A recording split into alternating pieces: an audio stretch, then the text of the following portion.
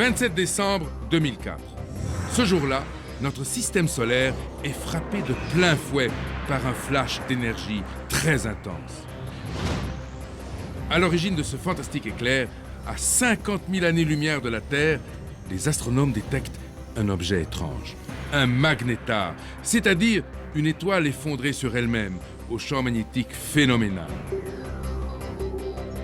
S'il n'avait été qu'à 10 000 années-lumière de la Terre, le rayonnement du magnétar aurait soufflé notre atmosphère en une dizaine de secondes.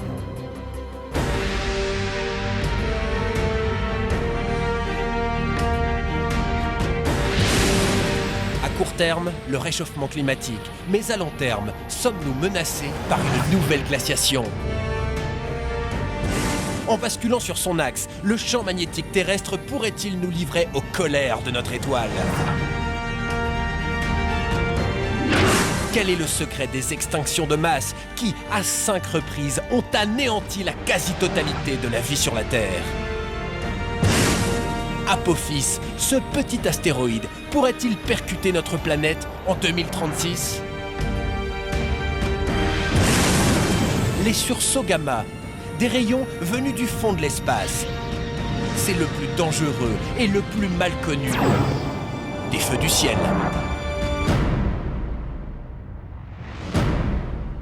Bienvenue à tous, nous sommes heureux de vous retrouver, Igor et moi, pour un nouveau défi face à l'avenir.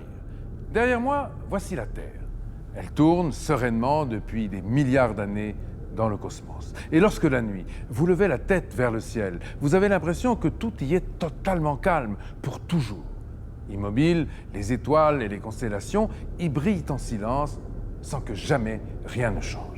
Et pourtant, Grishka, tout cela n'est peut-être qu'une illusion. Il existe là-haut, dans les profondeurs du cosmos, des choses ou des phénomènes stupéfiants qui défient l'imagination. Les trous noirs, bien sûr, mais aussi les quasars, les pulsars ou encore les étranges magnétars, c'est-à-dire des étoiles effondrées dont le champ magnétique est d'une puissance colossale. Oui, Igor, mais il y a pire encore. Tout à l'heure, vous allez découvrir un phénomène tellement effrayant qu'il laisse les astronomes totalement démunis. De quoi s'agit-il? De ce que l'on appelle les explosions gamma.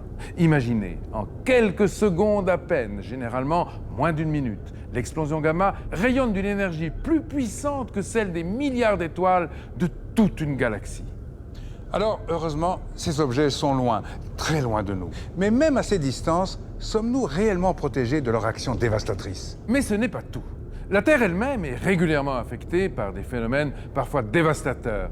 Les géologues ont découvert que ces cataclysmes ont provoqué dans un lointain passé, il y a des centaines de millions d'années, 5 extinctions massives qui ont manqué de justesse d'éliminer la totalité de la vie sur notre planète.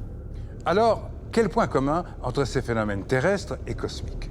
Les uns et les autres nous rappellent que la Terre est avant tout une planète. Et comme toutes les planètes, elle a un champ magnétique. Elle doit aussi évacuer sa chaleur. Son climat dépend pour beaucoup de son étoile. Et sous la mince pellicule de son atmosphère, elle est exposée au terrible feu du cosmos.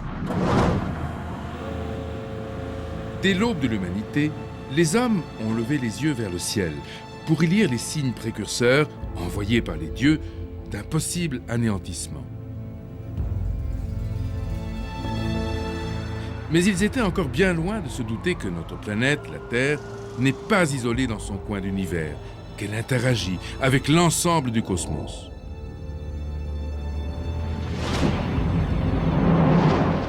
Un exemple, bien aujourd'hui, chacun redoute un réchauffement global provoqué par l'activité humaine. Mais c'est oublier que le climat de la Terre se décide en dehors de la Terre, dans la mécanique complexe qui régit la course des planètes autour du Soleil.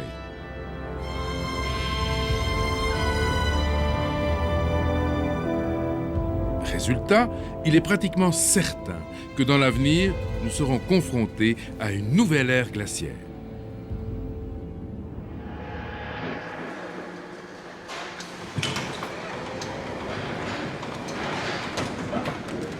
Nous voici dans une bibliothèque glacée à moins 25 degrés.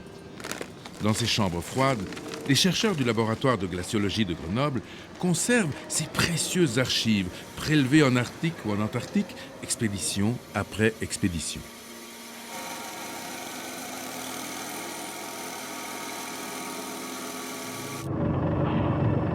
Le principe est tout simple. Plus on creuse profond, plus on remonte loin dans le passé. L'outil du forage est muni d'un couteau qui fore la glace, tandis que les copeaux sont évacués par une vis sans fin. Après des semaines de forage, on atteint des profondeurs de plus de 3000 mètres, remontant à plus de 250 000 ans dans le passé.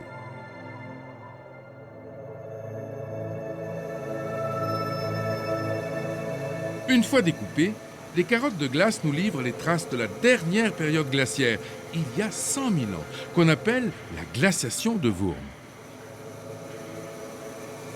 Alors une glaciation, ça ressemble à quoi? Ça ressemble typiquement à ça. L'ensemble du continent de l'hémisphère nord couvert de glace, 2 km de glace sur le Canada, les glaciers alpins s'étendant jusqu'à Lyon. On pouvait aller à pied de l'Angleterre en France, moins 120 mètres de niveau des mers, une végétation tout à fait différente de celle d'aujourd'hui. Pour le futur, on s'attend à ce que ce genre de conditions ne soient pas rencontrées avant 40 à 60 000 ans.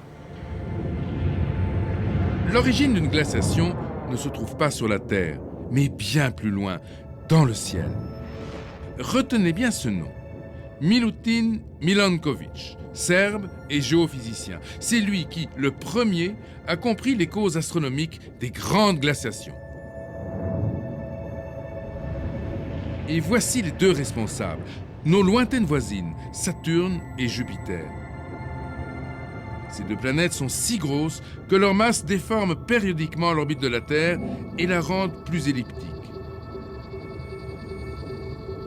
Le Soleil devenant alors plus lointain, l'énergie que nous recevons diminue.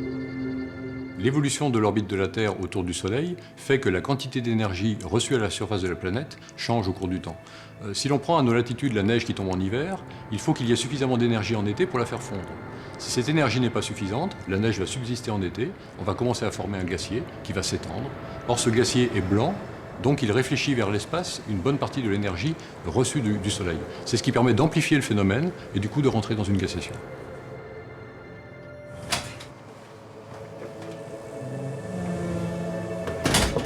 Pourtant, les causes astronomiques ne sont pas suffisantes pour démarrer une glaciation. Que faut-il de plus? Eh bien, dans ce laboratoire, les chercheurs recueillent dans la glace l'air qu'on respirait sur la Terre au cours de la dernière période glaciaire. Et qu'observe-t-on? Quand on mesure de la glace formée il y a 100 000 ans, on observe moins de gaz carbonique dans les petites bulles d'air que dans de la glace qui s'est formée en période chaude, en période interglaciaire. Et ça, c'est une observation essentielle. Ça nous dit que le gaz carbonique a amplifié les paramètres astronomiques pour en fait rentrer dans des conditions de glaciation. Moins de rayonnement solaire, moins de gaz carbonique pour le retenir. Voilà les deux conditions d'une glaciation. La prochaine, nous dit-on, devrait se produire dans 60 000 ans. Dans ce futur très lointain, l'humanité sera-t-elle alors obligée d'abandonner la Terre, rester prisonnière des glaces? Ce n'est pas certain, car l'avenir nous réserve peut-être une énorme surprise.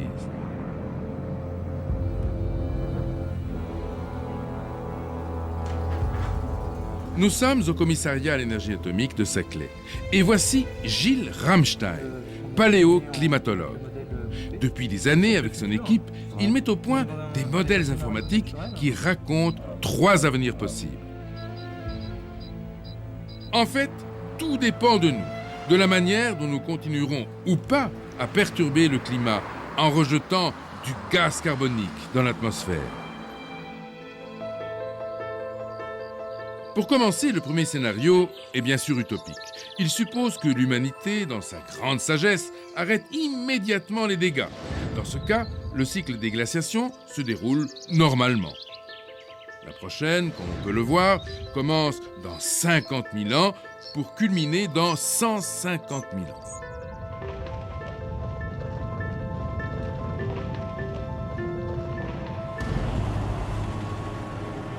Le second scénario, plus réaliste, imagine une perturbation du climat importante, mais non massive. Premier constat, la calotte du Groenland supporte mal cette situation et fond en grande partie. Et puis on attend, le temps défile et on voit que rien ne se passe à 50 000 ans, alors qu'on doit avoir une poussée glaciaire, absolument rien. À 150 000 ans, on devrait être au paroxysme glaciaire, absolument rien.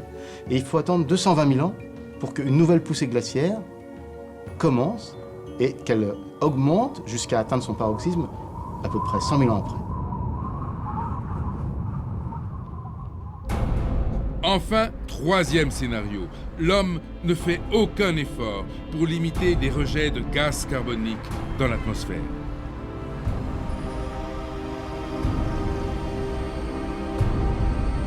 Et cette fois, dès le début de la simulation, le Groenland disparaît.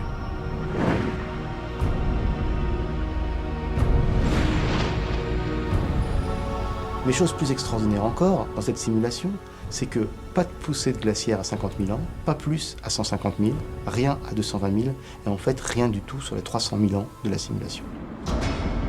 Vous avez bien compris, les mêmes raisons, les mêmes qui ont provoqué le réchauffement climatique, nous éviterons peut-être la prochaine glaciation. Alors, on ne sait plus quoi penser. Faut-il le déplorer? Faut-il s'en réjouir? Après tout, du moins a priori, cela semble être une bonne nouvelle. Ouais, c'est sans doute une très bonne nouvelle pendant 300 000 ans. Mais pour l'immédiat et pour en arriver là, il faudra perturber le système environnemental tellement fort, avec une planète qui comporte 7 milliards d'hommes, que ça sera l'enfer tout de suite pour un hypothétique bonheur dans 300 000 ans. Je ne suis pas sûr que ce soit le bon choix à faire.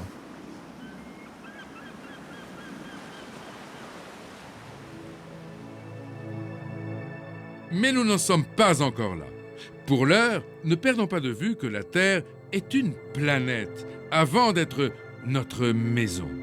Sa logique est celle d'une planète et ce n'est pas la nôtre. En voici une nouvelle preuve.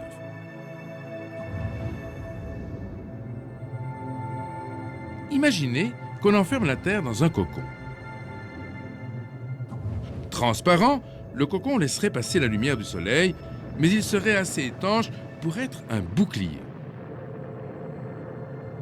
Il protégerait la vie en déviant les rayons cosmiques et les particules mortelles qui frappent notre planète lors des éruptions solaires. Eh bien, ce bouclier invisible existe. C'est le champ magnétique terrestre. Sans lui, la vie sur notre planète subirait des dommages irréversibles. Un exemple. Le 13 mars 1989, une phénoménale explosion solaire détraquait les centrales électriques du Québec et plongeait le pays dans l'obscurité. Imaginons les dégâts si le bouclier magnétique n'existait pas. Seule exception à la règle, les splendides aurores polaires produites par les particules du vent solaire qui parviennent à franchir la barrière de notre champ magnétique. Elles perturbent nos ondes radio et peuvent être dangereuses pour les spationautes.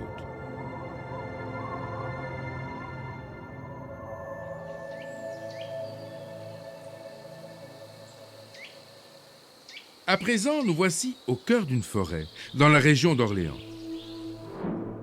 Ici, loin des perturbations de la ville, des instruments très précis, qu'on appelle des magnétomètres, surveillent en continu le champ magnétique de la Terre. Car nous le savons aujourd'hui, notre champ magnétique n'est pas stable et il peut même s'inverser.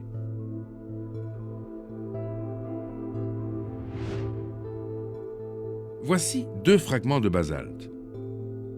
L'un est âgé de 900 000 ans, l'autre est plus récent. Approchons un magnétomètre. Le basalte récent garde la trace de l'orientation actuelle du champ magnétique. Le nord au nord, le sud au sud. Mais pour le second, c'est l'inverse. Le nord est au sud et le sud est au nord. Et maintenant, regardez cette carotte de roche. Comme les carottes de glace, elle raconte à sa manière une partie de l'histoire de la Terre. Lorsqu'on regarde ces courbes, on s'aperçoit qu'une des caractéristiques principales du champ magnétique, c'est de se renverser. Donc pendant ces périodes d'inversion, le pôle magnétique bascule du nord au sud ou du sud au nord, suivant la période à laquelle on se trouve. Par exemple, sur cette carotte qui fait 2 millions d'années, on compte 4 inversions qui se sont produites durant cet intervalle de temps. Et pour bien comprendre pourquoi le champ magnétique terrestre s'inverse, il faut comprendre où il se forme. Direction le centre de la Terre. Imaginons que nous puissions percer la surface terrestre et plonger dans les entrailles de notre monde. D'abord, nous traversons la croûte, épaisse d'une quarantaine de kilomètres. La température et la pression augmentent. Puis, nous atteignons la couche la plus épaisse, le manteau. À lui seul, il représente 80% du volume de la Terre.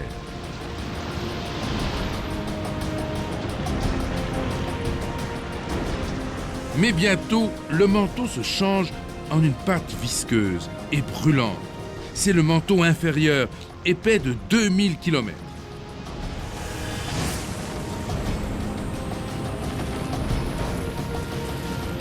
À 2900 km de profondeur, nous passons dans le noyau liquide, un océan de fer en fusion.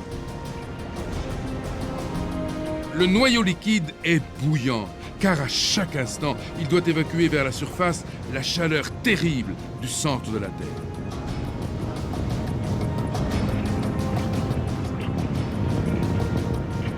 Et enfin, paradoxalement, le centre lui-même est solide.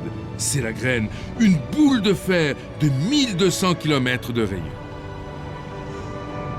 Or, tout est là. Selon les géophysiciens, ce sont les turbulences du noyau de fer liquide qui génèrent le champ magnétique terrestre, comme une gigantesque dynamo. Et nous allons le prouver avec cette expérience réalisée au centre atomique de Cadarache. Ici, les chercheurs simulent les conditions qui règnent dans les entrailles du globe.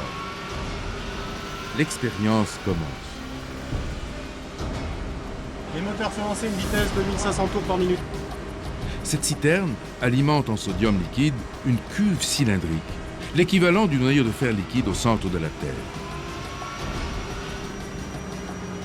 Pour reproduire les mouvements incessants qui agitent le noyau, on utilise 2 turbines qui tournent en sens inverse avec la puissance d'une voiture de course. La montée en régime se poursuit. À présent, le bruit devient infernal et bientôt, un champ magnétique apparaît. Bon, bah ça y est, c'est bon. On est stabilisé. Là, c'est parti, ça y est, ça démarre. Vous voyez le champ qui croît. Lentement, il est bien sûr très fluctuant parce que les mouvements du fluide sont remarquablement désordonnés dans cette expérience. Là, il est parti, il a une valeur moyenne avec ses fluctuations, mais quand même une direction nord-sud. Alors les 2 directions sont possibles, mais dans ce cas-là, il a choisi de partir du côté nord-sud. Nord-sud, comme sur la Terre aujourd'hui. L'agitation du sodium liquide a créé ce champ magnétique par effet dynamo. Mais si on poursuit l'expérience, le champ finit par s'inverser. Voilà, là il vient de passer dans la polarité sud-nord, où il va rester un temps aléatoire. Remarquez au passage, avant de repasser dans la polarité nord-sud, encore une fois, il passe par une valeur très faible, avant de recroître dans le sens inverse. Alors, pourquoi les inversions se produisent-elles? Eh bien, on ne sait pas. Le champ magnétique a 2 états qui sont tous les 2 aussi équiprobables. Et le système peut choisir, à cause de ces fluctuations spontanées, de se trouver dans un état nord-sud ou dans un état sud-nord pour un temps imprévisible et en attendant, avant le basculement, un temps également imprévisible. Au passage, vous avez bien noté qu'au moment de l'inversion, le champ magnétique passe par une valeur presque nulle. Est-ce qu'il faut s'en inquiéter? Oui et non. Alors, vous voyez, ce que j'ai représenté ici, c'est simplement la composante principale dipolaire du champ magnétique terrestre. Maintenant, il existe des composantes secondaires et lors d'un renversement, ces composantes secondaires sont probablement préservées, voire augmentées, de sorte que les gens s'accordent à penser que la magnétosphère a continué d'exister pendant un renversement et a continué à protéger les gens. En somme, notre protection magnétique ne disparaît jamais. Cependant, ces fluctuations périodiques ont certainement des conséquences. Mais lesquelles?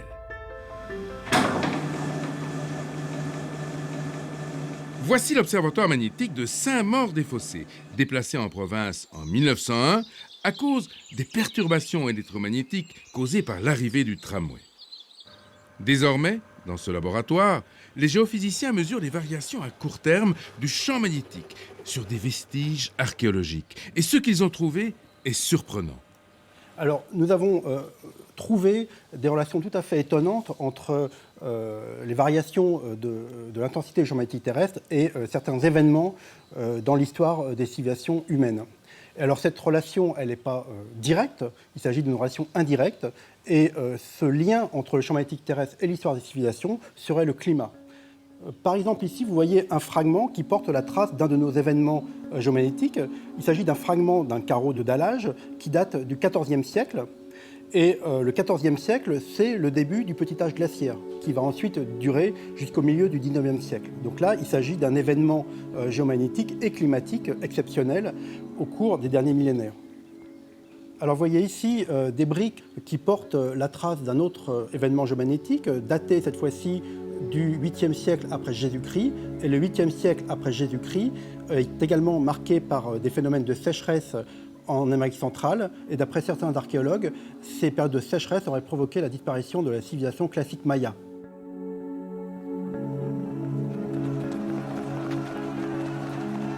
Des corrélations identiques ont été établies entre ces pics d'intensité magnétique et la disparition totale de l'Empire akkadien en Mésopotamie vers 2200 avant notre ère.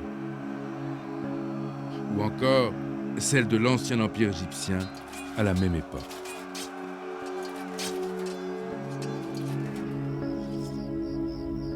Dans un passé plus lointain, il y a 40 000 ans, les fluctuations du champ magnétique terrestre nous permettent peut-être de trouver une réponse à une question énigmatique.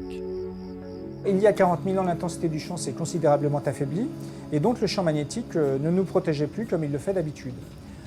Il est frappant de constater qu'à cette même période, il y a 40 000 ans, s'est produite la disparition de l'homme de Néandertal, disparition qui n'est toujours pas expliquée.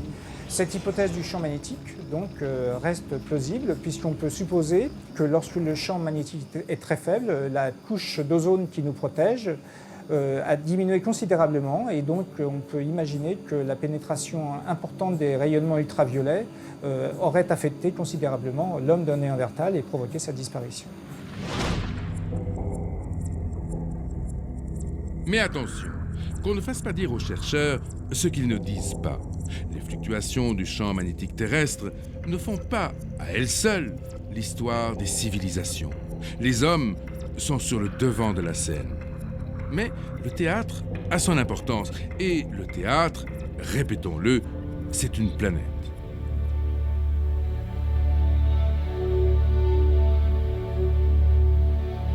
Vue de l'espace, la Terre rayonne de beauté, tel un joyau. Le bleu profond des océans, la danse incessante des nuages. Magnifique, c'est certain. Mais il y a tout de même quelque chose qui la rend dangereuse. Ses entrailles sont en feu.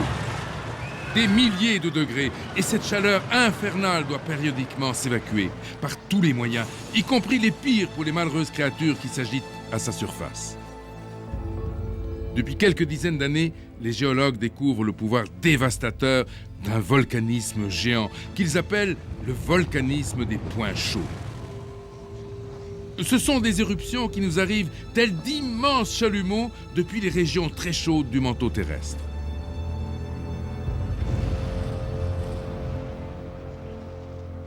Or, sur la planète, une région emporte encore les énormes cicatrices, les trappes du Décan, à l'ouest de l'Inde et au sud de Bombay. Pour gagner le fameux site des trappes, il faut prendre l'autoroute qui va de Bombay à Pune.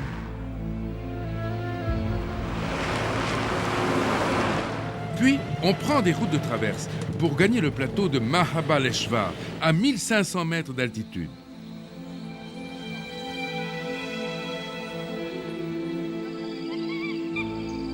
Là, notre guide nous demande de le suivre sur un petit promontoire. Et tout à coup, voici les trappes, à perte de vue.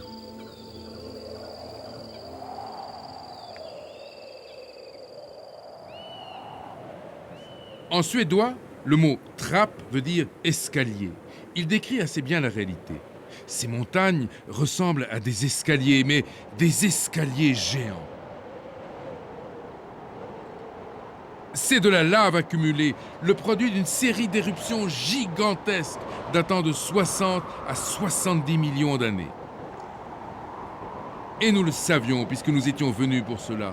Mais quel choc quand on est devant 2400 mètres de lave empilés au-dessus du sol sur une surface de 500 000 km², l'étendue de la France. Décidément, oui, le volcanisme des points chauds n'est pas un volcanisme ordinaire.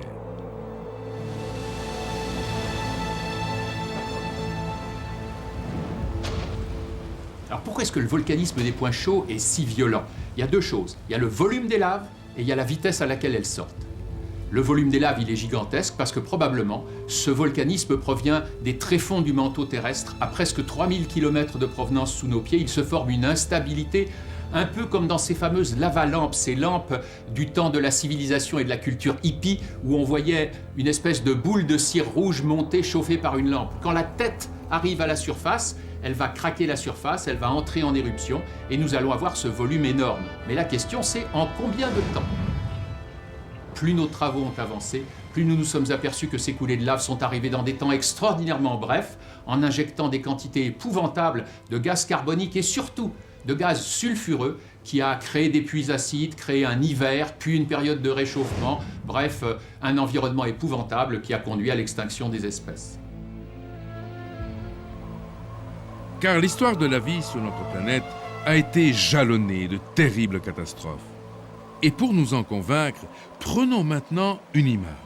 Suivons le voyage du bateau de la vie sur 500 millions d'années. Il y a 5 grosses catastrophes, 5 périodes où en un temps géologiquement très bref, une part importante de la vie sur Terre disparaît. La première de ces catastrophes, ce tsunami qui va affecter l'extinction des espèces, on le rencontre il y a 440 millions d'années à la fin de l'Ordovicien.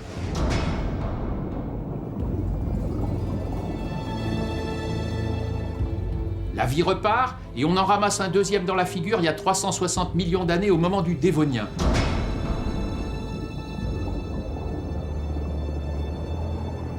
Et puis la vie repart, elle atteint un plateau. Là, on a l'impression que notre bateau, il est sur un grand fleuve tranquille. Mais non, ce fleuve n'est pas tranquille. On a une série de 2 extinctions qui sont les plus violentes dans l'histoire de la vie.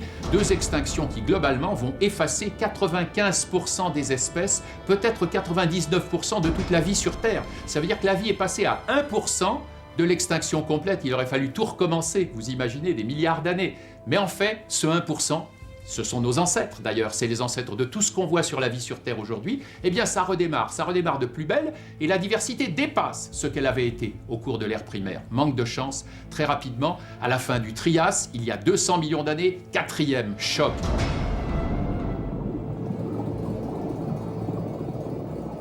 Mais ça repart et ça monte encore plus haut. Et alors qu'on se développait fantastiquement, arrive la 5e extinction, celle que tout le monde connaît, la fin des dinosaures. Il y a 65 millions d'années, l'extinction de la fin du Crétacé.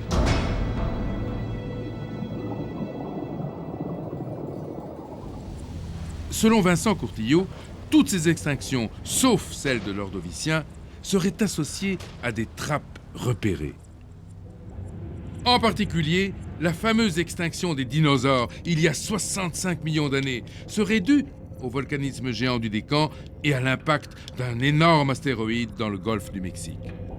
Je n'ai plus de doute quant à moi que l'impact a eu lieu, mais qu'il n'a fait qu'ajouter quelque chose de pire à un phénomène qui avait déjà commencé et qui est celui qui s'est produit à toutes les autres extinctions, sans que cette fois-là on puisse faire appel à aucun astéroïde.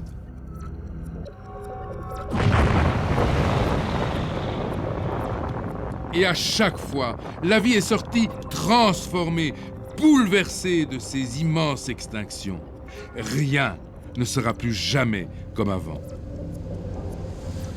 Ce qui nous amène tout droit à la question, à quand le prochain trap? Alors je peux d'abord commencer par vous faire peur.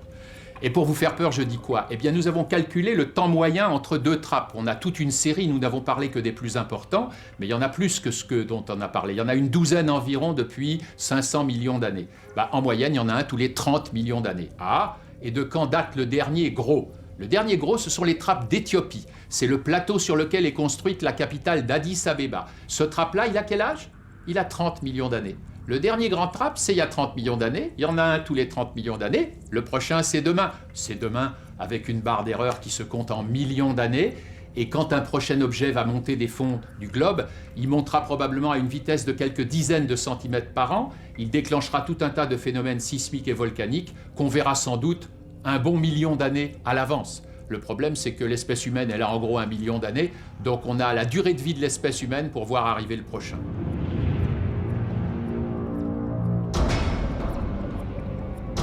Revenons maintenant sur l'astéroïde qui aurait contribué à la disparition des dinosaures il y a 65 millions d'années.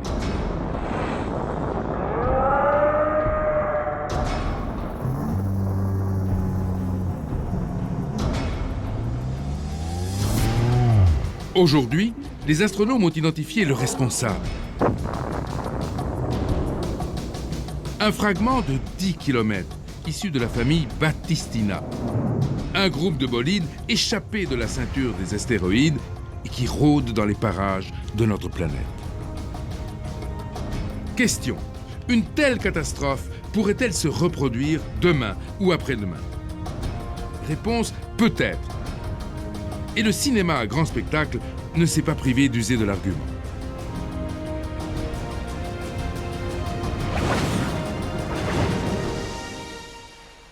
Qui soit dans un rapport simple avec l'orbite de la Terre, c'est-à-dire s'il tourne... Jean-Yves Prado, ingénieur au CNES, contribue aux travaux de plusieurs organismes internationaux qui étudient les géocroiseurs, c'est-à-dire les astéroïdes susceptibles de croiser l'orbite de la Terre.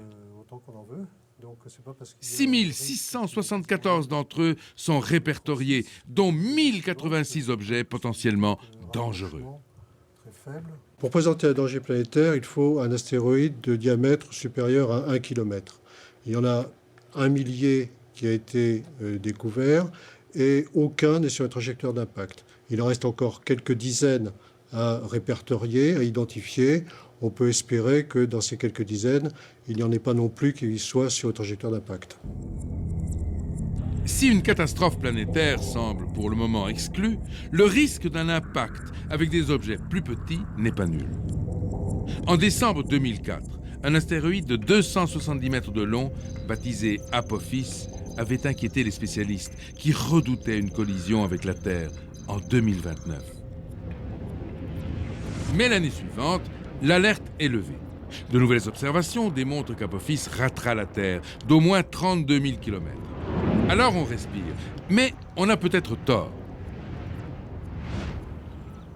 Nous sommes maintenant à Nice, à l'Observatoire de la Côte d'Azur. Et voici Patrick Michel, un des meilleurs spécialistes européens des astéroïdes. Il nous explique pourquoi, en croyant qu'Apophis raterait la Terre en 2029, on a négligé un petit détail. Oui, alors le petit détail, c'est celui-là. Ça s'appelle un trou de serrure. En fait, je vous ai dessiné ici la Terre, avec la Lune ici, et donc Apophis va passer à moins de 32 000 km, la distance Terre-Lune est à 400 000 km, et il y a un petit détail qu'on oublie, c'est qu'on a une petite zone d'incertitude de 600 mètres dans laquelle Apophis risque de passer, et s'il passe dedans, eh bien en 2036, il tombe sur Terre. En revanche, s'il passe à l'extérieur de cette zone, eh bien il va rater la Terre de plusieurs millions de kilomètres. Et le problème, c'est que prédire s'il va passer dans cette petite zone qui est vraiment très petite nécessite de prendre en compte des tas de perturbations qu'on n'est pas capable de calculer pour l'instant, d'où l'incertitude. Imaginons le pire. Quelles seraient les conséquences d'un impact avec Apophis? Elles seraient terribles. En pénétrant dans l'atmosphère, l'astéroïde serait chauffé à 1600 degrés. L'impact dégagerait une énergie équivalente à 34 000 fois la puissance de la bombe atomique d'Hiroshima. Aujourd'hui, la NASA estime à 1 sur 135 000 la malchance d'un impact avec la Terre en 2036. Et c'est plutôt rassurant. Mais en cas de danger, que pourrions-nous faire?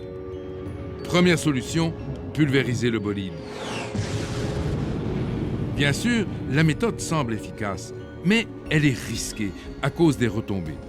Alors effectivement, c'est risqué. C'est d'ailleurs pas du tout la solution à envisager, parce que quand on fait exploser un objet, on ne sait pas exactement en combien de fragments on va l'exploser. On peut faire des très très gros fragments qui vont tomber de toute façon sur Terre, donc ce n'est pas une solution. Ou alors peut-être quelques milliers de tout petits fragments, mais qui vont aussi atteindre la Terre et s'éparpiller, donc ce n'est pas la solution. Et pour la plupart des astronomes, dévier le bolide semble le plus raisonnable. En 2005, la NASA a testé la possibilité de tirer un projectile sur une petite comète baptisée Temple 1. Cette technique pourrait dévier un astéroïde de la taille d'Apophis. Mais il y a encore une autre méthode. Alors l'autre solution, c'est ce qu'on appelle le tracteur gravitationnel. En fait, l'idée, c'est d'utiliser un satellite qu'on met à proximité de l'astéroïde et la masse du satellite va attirer l'astéroïde et on peut ainsi le dévier de sa trajectoire et donc éviter la collision. Et ici, la palme de l'imagination revient à ce procédé. Il consiste à envoyer vers l'astéroïde un parasol géant. Alors, la méthode à laquelle on pourrait penser, c'est de supprimer un des effets naturels qui s'exercent sur l'astéroïde. La surface qui est en direction du Soleil est chauffée par le Soleil, et ce phénomène-là crée une petite force qui s'ajoute à l'attraction des planètes sur l'astéroïde.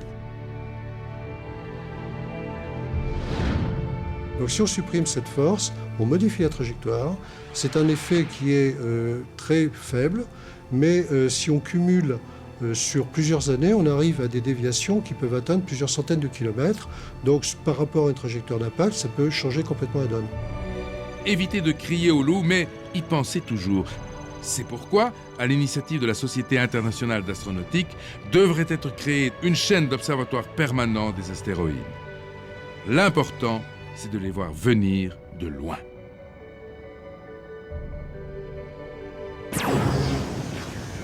Mais contre toute attente, il existe un autre événement cosmique qui, s'il touchait la Terre, pourrait avoir des conséquences désastreuses. Il s'agit de ce que les astronomes appellent les sursauts gamma. D'abord, nous verrions une grosse étoile qui brillerait en plein jour. Dans la seconde qui suit, le ciel tout entier deviendrait blanc, brûlé par les rayons gamma, un rayonnement mortel à haute énergie. Et la suite serait dramatique. Pour en donner la mesure, nous nous sommes rendus à Washington. À 50 km de la capitale, voici le Goddard Space Flight Center, un des nombreux centres de recherche de la NASA. L'équipe que vous voyez travaille en permanence sur les données transmises par SWIFT, un télescope spatial qui traque dans l'univers ces mystérieux sursauts gamma. Et justement, en voici un. Il y a 2 heures, juste avant votre arrivée, Swift a détecté ce sursaut gamma. Sur l'écran, vous voyez l'image. On en détecte en moyenne 2 par semaine. On ignore encore sa distance, on ne connaît pas son énergie, mais on va le savoir dans quelques jours. On fait ce type de découverte environ 100 fois par an. Le ciel est donc bombardé en permanence de sursauts gamma. Et certains sont de véritables monstres. Voici un des sursauts gamma les plus célèbres de l'histoire. Il s'agit de OA O3-19b. Il était si lumineux qu'on pouvait le voir à l'œil nu, sans télescope. Il était situé pourtant à 7 milliards d'années-lumière, c'est-à-dire à mi-chemin de la limite de l'univers.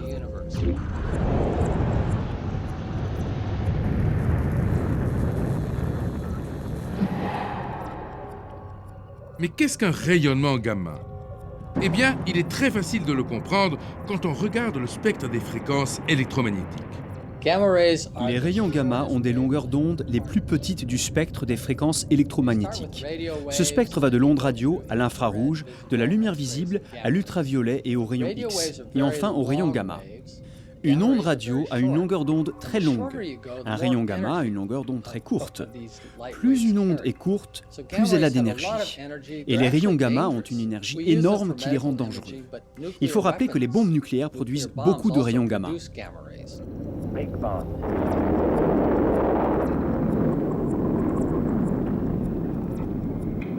Les sursauts gamma ont été découverts accidentellement pendant la guerre froide. On croyait alors à des explosions atomiques soviétiques. Puis, on a compris qu'ils venaient de beaucoup plus loin que la Terre, en fait, des confins de l'espace. Certains astronomes, imaginatifs, ont alors cru à une sorte de guerre stellaire en cours.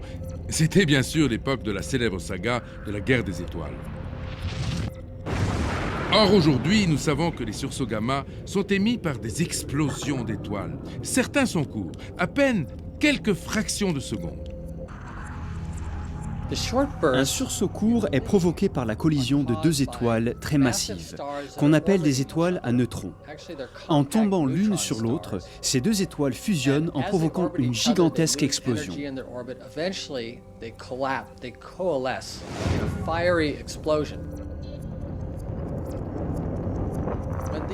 Quand les deux étoiles se percutent, elles déclenchent la formation d'un trou noir. Et les gaz accumulés au bord du trou noir s'effondrent en provoquant le sursaut gamma.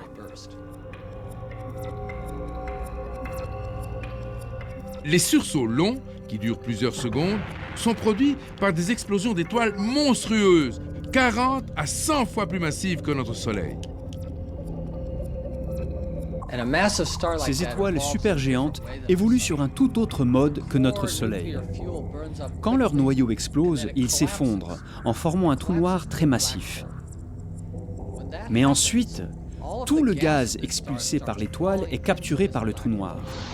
C'est une immense quantité de gaz qui s'effondre à l'intérieur du trou noir. La conséquence est une fantastique explosion qui produit ce sursaut gamma long. Mais rassurez-vous, le plus souvent, les explosions gamma se produisent trop loin pour nous inquiéter, et leur rayonnement se disperse dans l'univers. Pourtant, dans un lointain passé, le rayon issu d'un sursaut gamma a peut-être frappé notre planète, avec des conséquences majeures. Reprenons en marche arrière notre bateau de l'évolution. Nous avions repéré 5 extinctions de masse. Les géologues parviennent à expliquer les 4 dernières. Mais la première, elle, restait inexpliquée. Et si, finalement, il s'agissait d'un sursaut gamma? Pour résoudre l'énigme, nous nous sommes rendus à Topeka, la capitale du Kansas. Voici Brian Thomas, astrophysicien, professeur à la Washburn University.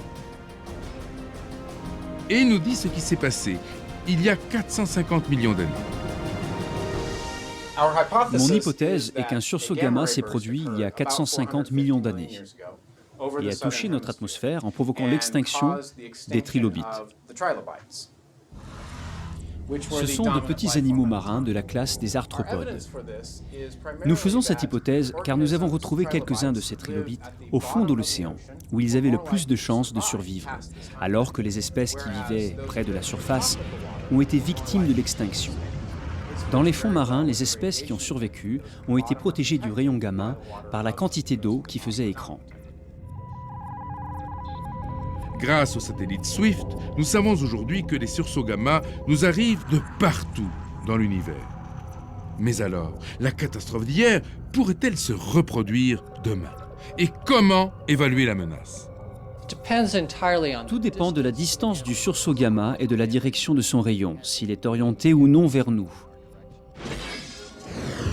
Le rayon gamma deviendrait une menace pour nous s'il se produisait à une distance inférieure à 6000 années-lumière.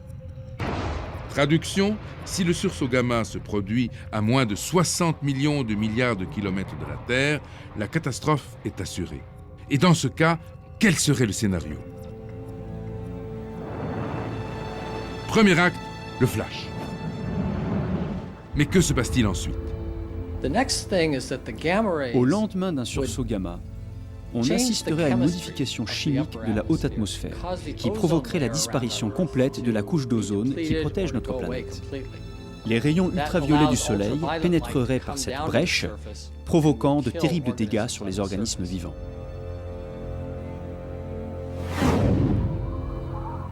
Très vite, l'atmosphère se remplirait de dioxyde d'azote, un gaz brun rougeâtre, analogue à celui que produit la pollution automobile.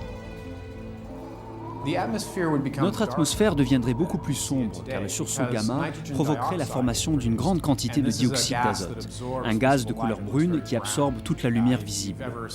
C'est ce qui arrive à Los Angeles quand on ne peut plus voir les montagnes qui sont autour de la ville. Dans ce cas, c'est le dioxyde d'azote produit par la pollution qui assombrit l'atmosphère. Mais le pire est encore à venir. Le rayonnement gamma provoquerait ce que les militaires appellent une IEM, une impulsion électromagnétique qui détruirait instantanément tous les circuits électroniques. C'est donc l'ensemble de notre civilisation, fondée sur l'électronique, qui vacille. Voici William Forstchen, auteur de science-fiction et professeur d'histoire militaire en Caroline du Nord. Dans un roman récent, basé sur des rapports d'experts militaires, il a imaginé les conséquences d'une impulsion électromagnétique due à l'explosion d'une bombe nucléaire au-dessus des États-Unis. La situation serait identique, en pire, s'il s'agissait d'un sursaut gamma. Le premier effet d'une impulsion électromagnétique serait une coupure générale d'électricité. Immédiatement, toutes les centrales électriques s'arrêtent. Les avions en vol s'écrasent. Dans les hôpitaux, dans les maisons de retraite, les appareils de soins ne fonctionnent plus.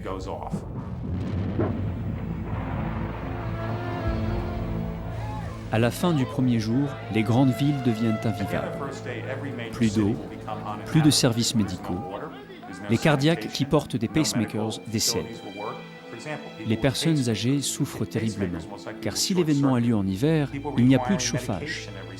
Et s'il se produit en été, il n'y a plus d'air conditionné. En un jour à peine, la vie dans les villes devient impossible. Au bout d'une semaine, 20% des habitants d'une ville comme Paris sont morts. Il n'y a plus de nourriture. Où pourrait-on en trouver?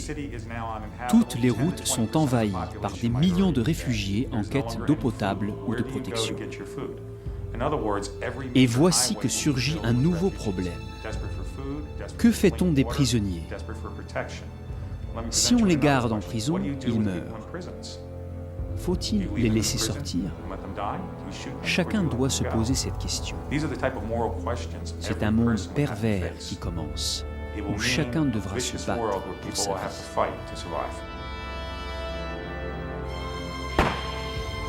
Un an après, seuls ont survécu les criminels, ou ceux qui ont su se défendre. Des gangs, des bandes se forment. Chacun se bat pour un peu de nourriture.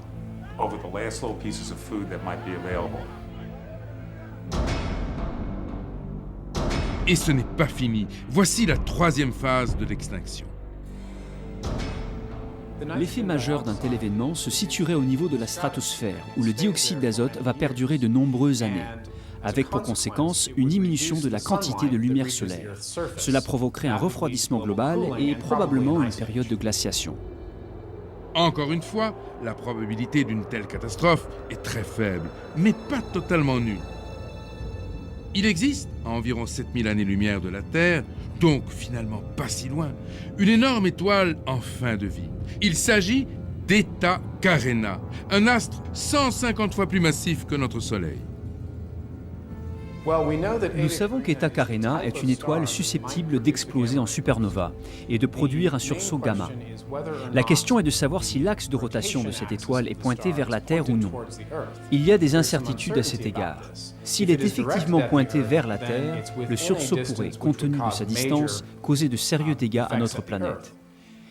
Mais si son axe n'est pas orienté vers nous, alors il se perdra dans l'espace et nous nous contenterons d'observer le spectacle inoffensif de la supernova. Répétons-le, à l'heure actuelle, nous ne pourrions sans doute pas faire grand-chose contre un jet de rayons gamma. Faut-il vraiment s'en inquiéter? Heureusement, on l'a vu, le risque reste faible. Mais il y a plus. À plusieurs reprises, au cours de sa longue histoire, la vie sur la Terre a croisé la route des feux du ciel. Souvent, elle a été meurtrie, mais jamais elle n'a disparu.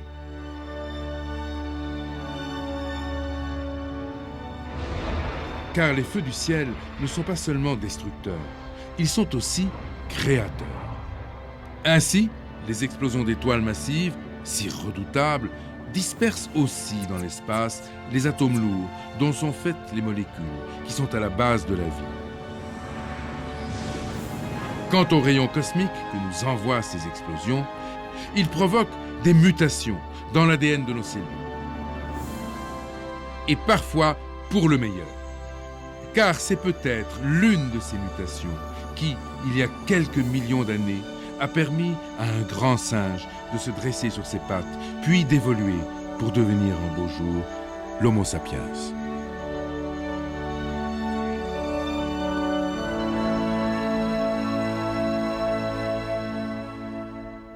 Eh bien, au terme de ce grand rendez-vous avec les dangers venus du cosmos, faisons un dernier point. Certes, les dangers existent, ils sont importants, mais rassurez-vous, les solutions existent elles aussi. Prenons l'exemple des astéroïdes. Tous les 100 millions d'années environ, des astéroïdes de plus de 10 km de diamètre reviennent frapper la Terre. Notre globe a déjà été percuté une cinquantaine de fois au moins par ces géants venus de l'espace. Et il est certain que dans un avenir plus ou moins lointain, un autre bloc de très grande taille, hélas, comparable à celui qui est tombé au temps des dinosaures, viendra à son tour frapper notre monde. Mais cette fois, contrairement aux dinosaures qui, eux, n'ont rien vu venir et ont été balayés par la catastrophe, nous serons en mesure de faire face à ce danger. Et ce qui est vrai pour les astéroïdes géants s'applique aussi à tous ces autres dangers dont nous avons parlé. Sur Terre, le volcanisme géant, nous en avons eu un exemple récent. Dans l'espace, les explosions gamma.